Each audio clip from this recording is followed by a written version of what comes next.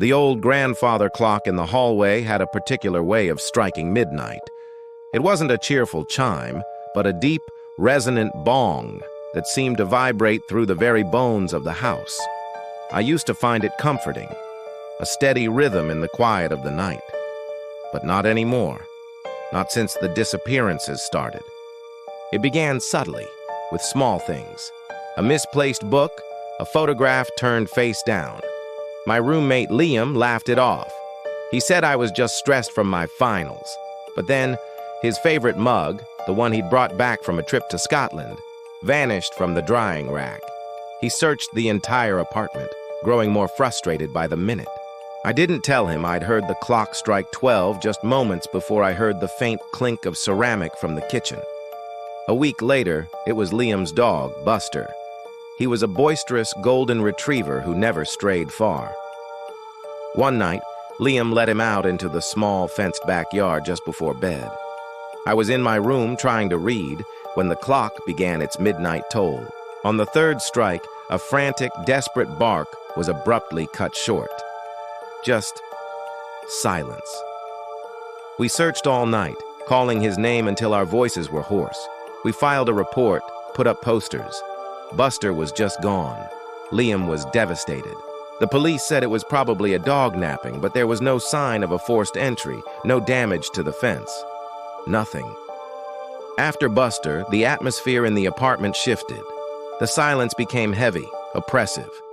Liam started staying out late, avoiding the apartment until the early hours of the morning. He said he couldn't stand the quiet. I knew the truth.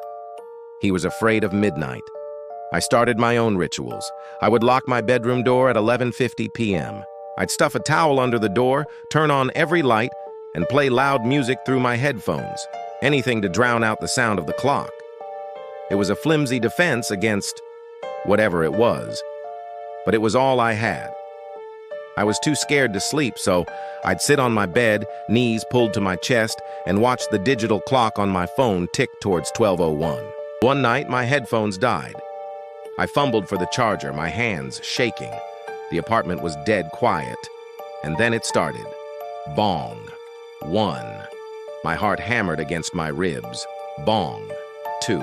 I could hear a faint shuffling sound from the living room. Bong. 3. A floorboard creaked just outside my door. It was the one right next to Liam's room. I held my breath, listening. Bong. 4.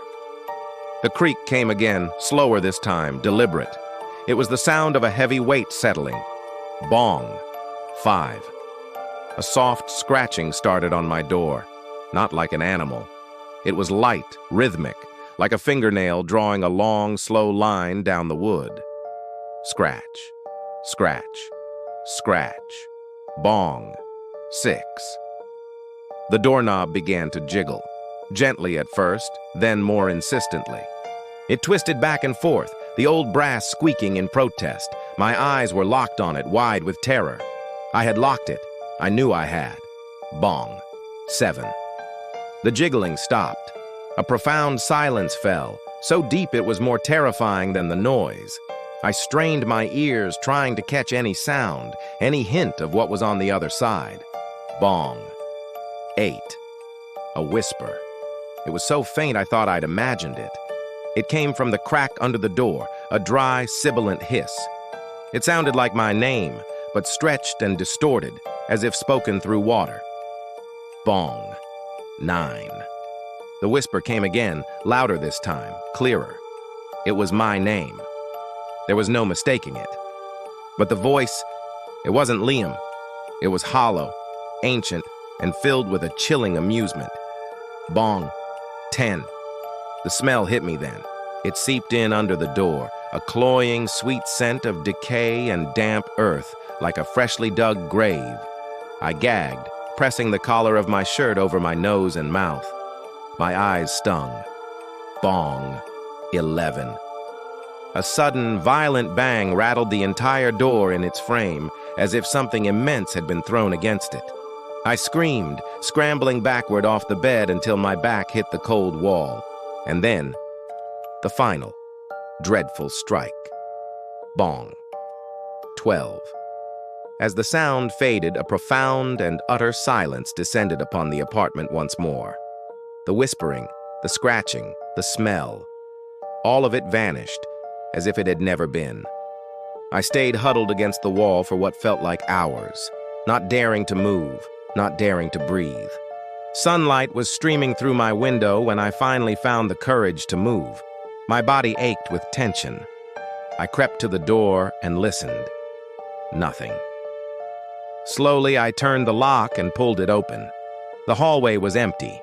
The towel I'd stuffed under the door was lying several feet away, in the middle of the hall. I called out for Liam. My voice was a weak croak. "Liam!" No answer. I pushed open his bedroom door. The room was pristine, the bed neatly made. His wallet and keys were on the nightstand. His jacket was slung over a chair, but Liam was gone.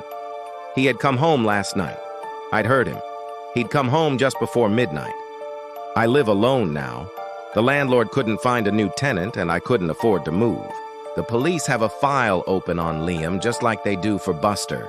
A missing person. No leads, no explanation. Every night I repeat my ritual. The locks, the lights, the music. But I know it's a losing battle. The clock still sits in the hallway. I've tried to stop it, to remove the pendulum, but the glass door is locked and the key is nowhere to be found. It feels like it's mocking me, a silent guardian of the house's terrible secret. Sometimes, when I'm on the verge of sleep, I think I hear things. A faint whisper of my name on the wind.